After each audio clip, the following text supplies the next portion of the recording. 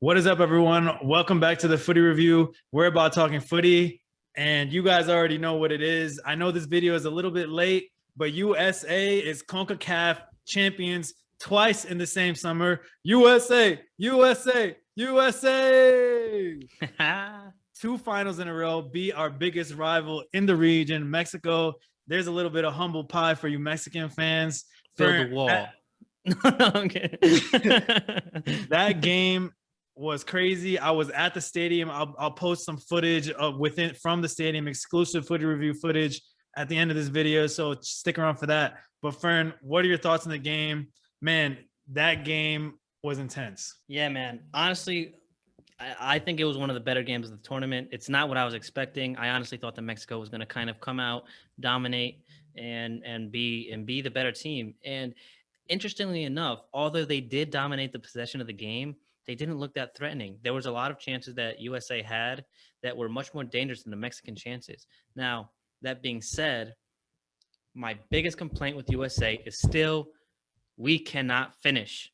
And I've said this for years, and it always ends up being these veteran players that can't finish. Now, I'm not going to trash USA. They pulled out the victory. What I will say is that even though Mexico dominated the possession of the game, the USA still looked in many moments like the better team. I thought that even though Mexico had the ball more, they didn't always look better. They didn't always look like the team that was controlling the game. USA was much more active, much more dynamic, and I thought they looked really good. And I have to give a lot of credit to Greg Berhalter. He put on a lineup that we hadn't really seen. He put in a lot of trust into a lot of new young players that a lot of people haven't seen before. We discussed Hoppy in our previous review, and Hoppy was a starter, and he played all the way up until the 120th minute. You had guys like Williamson in there who did a great job in the midfield, in my opinion. You had Bello, who started at left back, Sands, who started in the center. And these are players that you don't really see that often in these lineups. They come on as subs or what so have you. Miles Robinson with the game-winning goal. These are players that we haven't really heard of before this tournament. And Berhalter really put the faith in these players. And in my opinion, sure, they looked shaky at times, but they pulled out the result, and I don't think you can hate on them. So I think and during the game, first of all, in the stadium was crazy for Mexico. It was 85-90% Mexican fans. So Home advantage for Mexico here in the USA. Yeah, so this, for a lot of these young players, this was a baptism by fire, and they certainly passed the test. Welcome to CONCACAF. Welcome to Team USA, and congratulations. Thoroughly deserved win. Now, like in the last video, we were talking about the squad, the USA squad. I think Berhalter purposefully tried this very experimental team because going into World Cup qualifying, in this World Cup qualifying window, there's going to be certain weeks where you have three qualifying games within a 2-week span, and then you have to go back to your club and play on the weekend. So he needs the depth. You can't rely just on your European superstars to qualify for the World Cup. So this tournament was critical for him to know, other than his big stars, who can he rely on to put in a performance?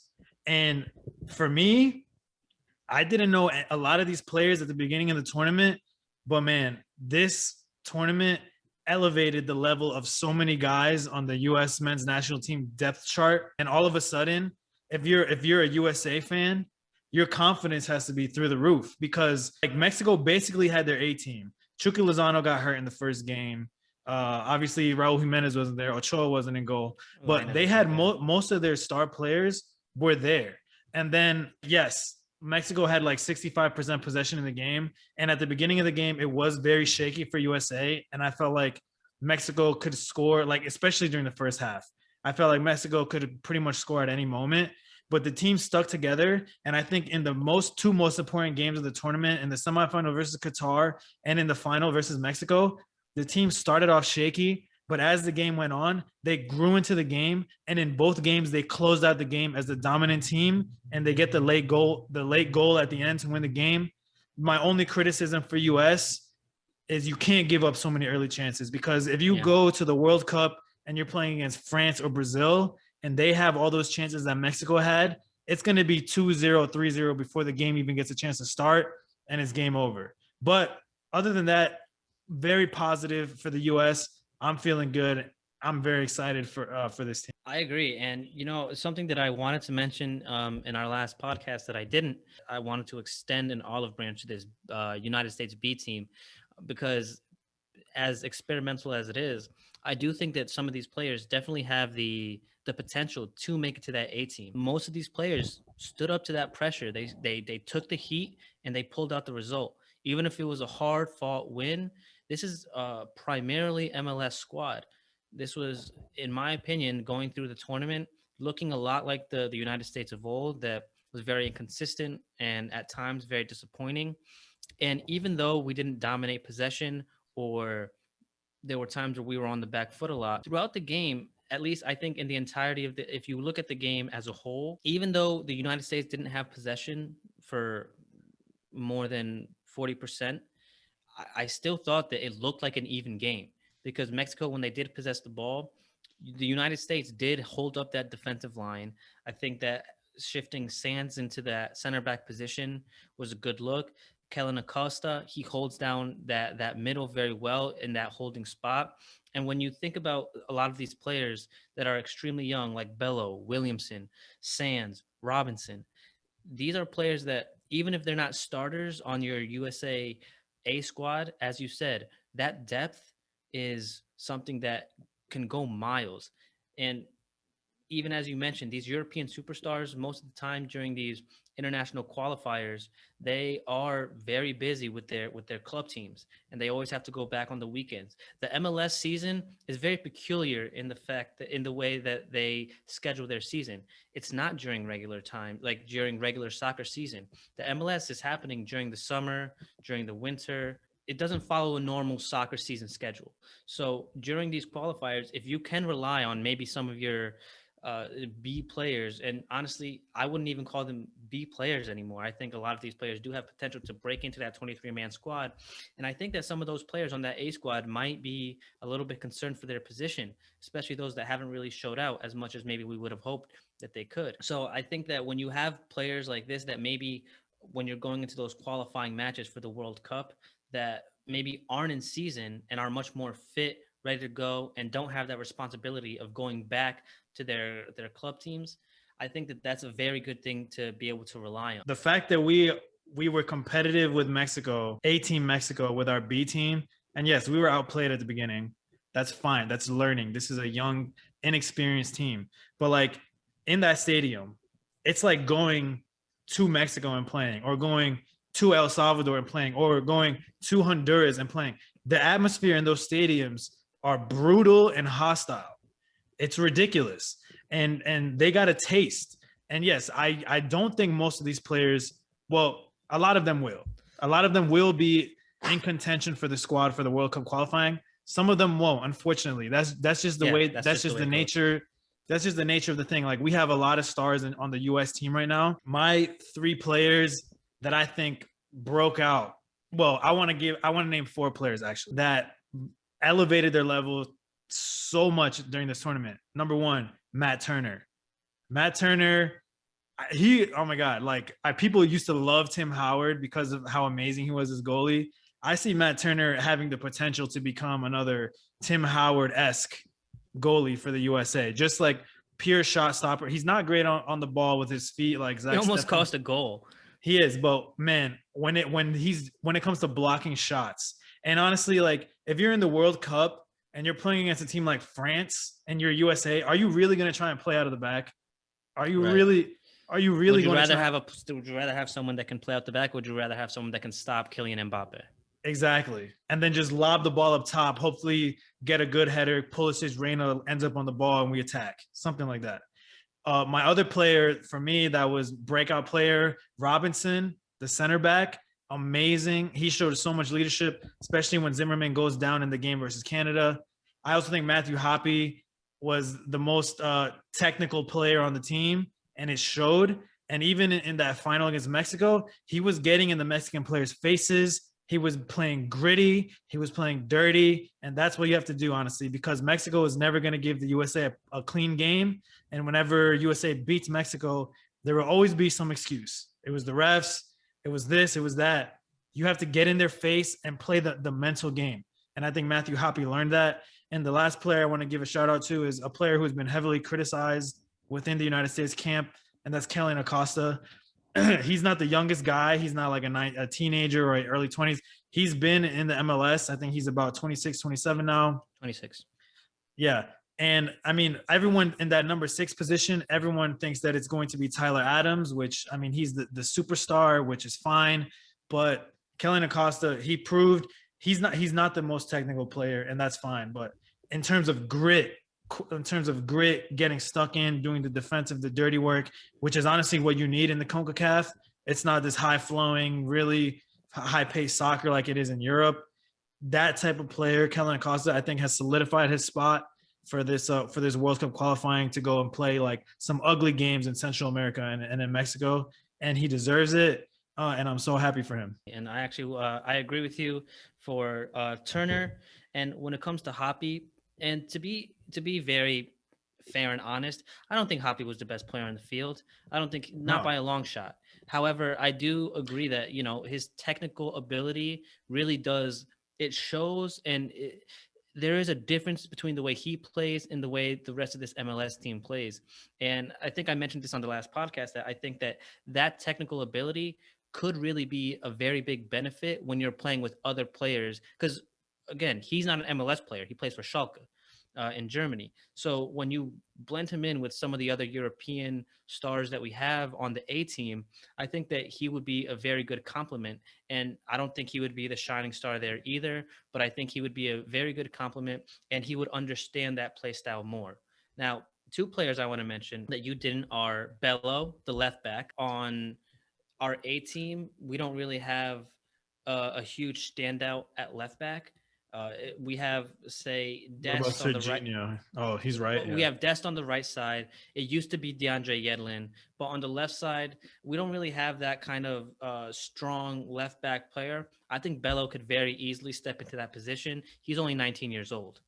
So maybe. And Bello, he didn't start any of the games. Exactly. And that's why I give Berhalter a lot of credit for starting a lot of this experimental squad in a final, no less. But I think that was a tactical decision, because Reggie Cannon started on right too. And the starters throughout the whole tournament had been Shaq Moore and Sam Vines on the fullback positions. So I don't know why he thought to do this, but it ended up working out. Like, he puts in Reggie Cannon and Bello as the 2 fullbacks.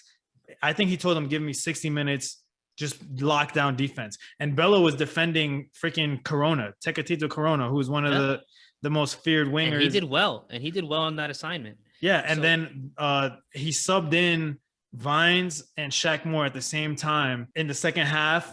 And I think after he made those subs, that's when the USA took over, because he's bringing in his starters, but with fresh legs in the 60th minute, and they've been in the grind doing the whole CONCACAF thing all summer. I feel like we have a guy with Greg Berhalter with decisions like that as well. Sure, absolutely. And, you know, again, just going back to Bello real quick, obviously, like you said, he took out both fullbacks that were used to be their subs. But, you know, to be 19 years old, start in the Gold Cup final and put on a performance like that, defending one of the best players in the region, Concacaf, that you're going to go up against, I think that's a big assignment. And to be able to stand up to that pressure, I think is incredible. And then the other guy I wanted to shout out was Williamson, Eric Williamson, on the Portland Timbers.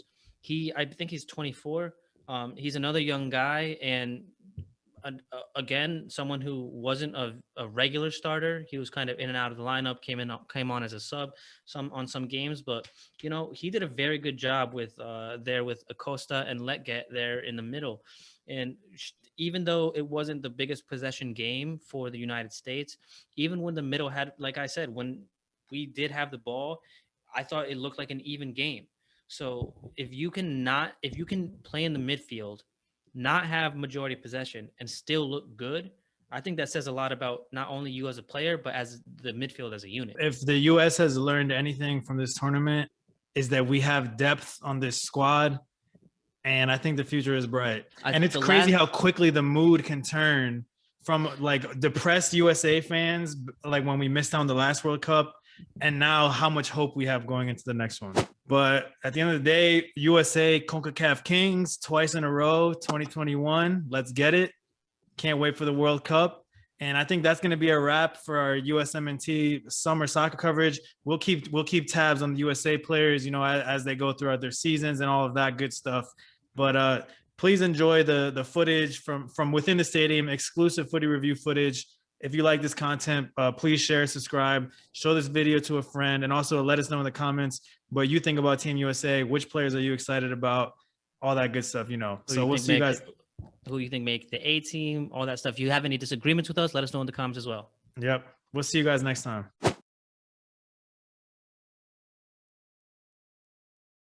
I'm going to take one now that it's empty.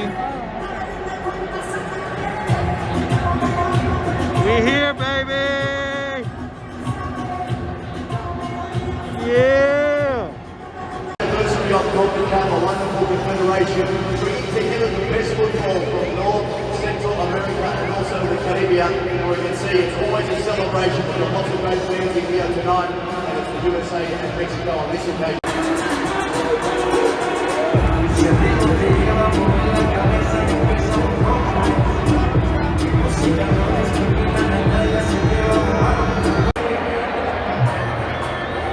Austin es el protector oficial de la Copa Oro Concacaf.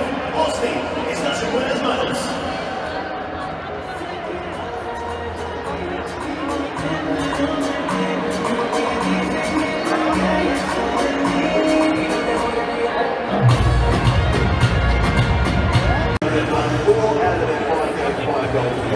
Totalmente, vamos a ver el camino a la final. Exactamente como fue Estados Unidos, con un partido repetitivo totalmente.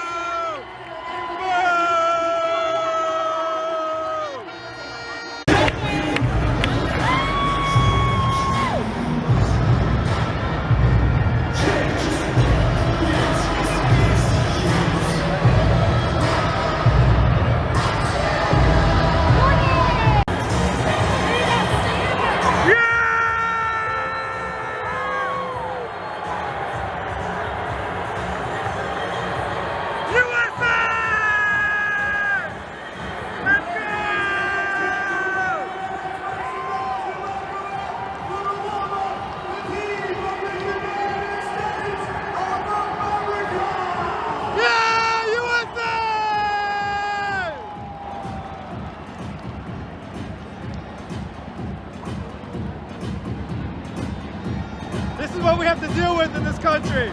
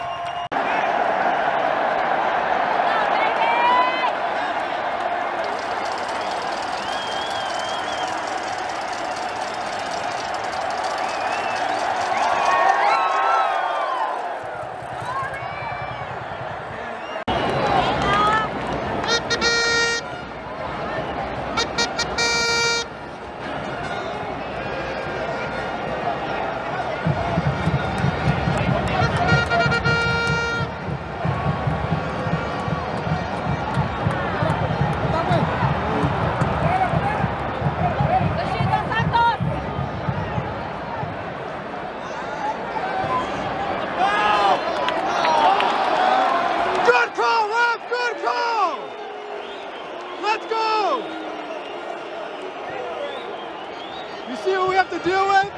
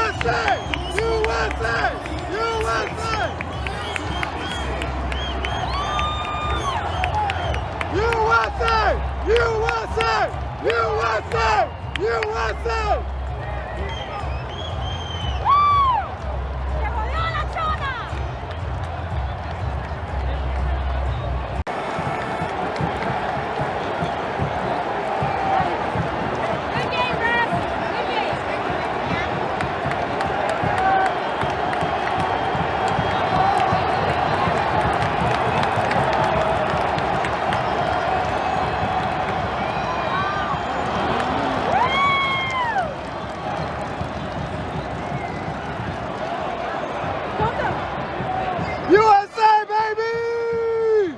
USA! Got it!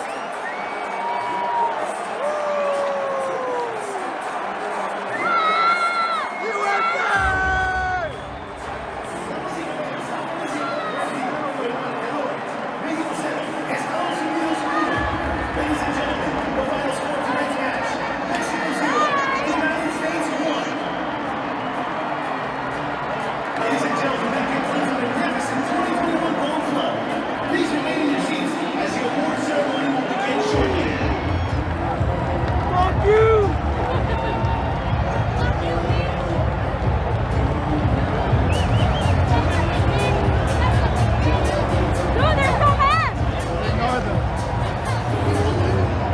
That girl's so salty.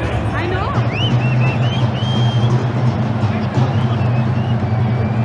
Yo, Mexicans don't know how to act, bro.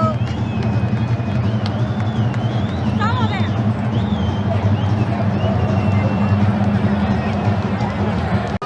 Let's go, boys! Yeah!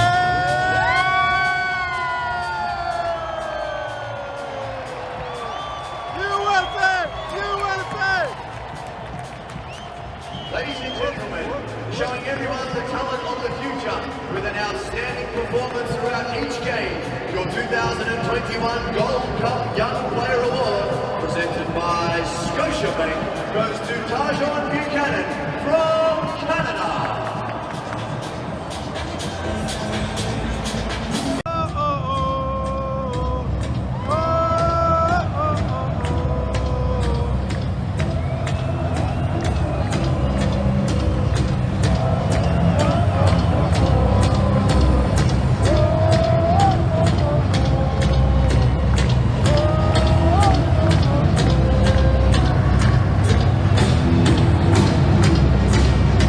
Ladies and gentlemen.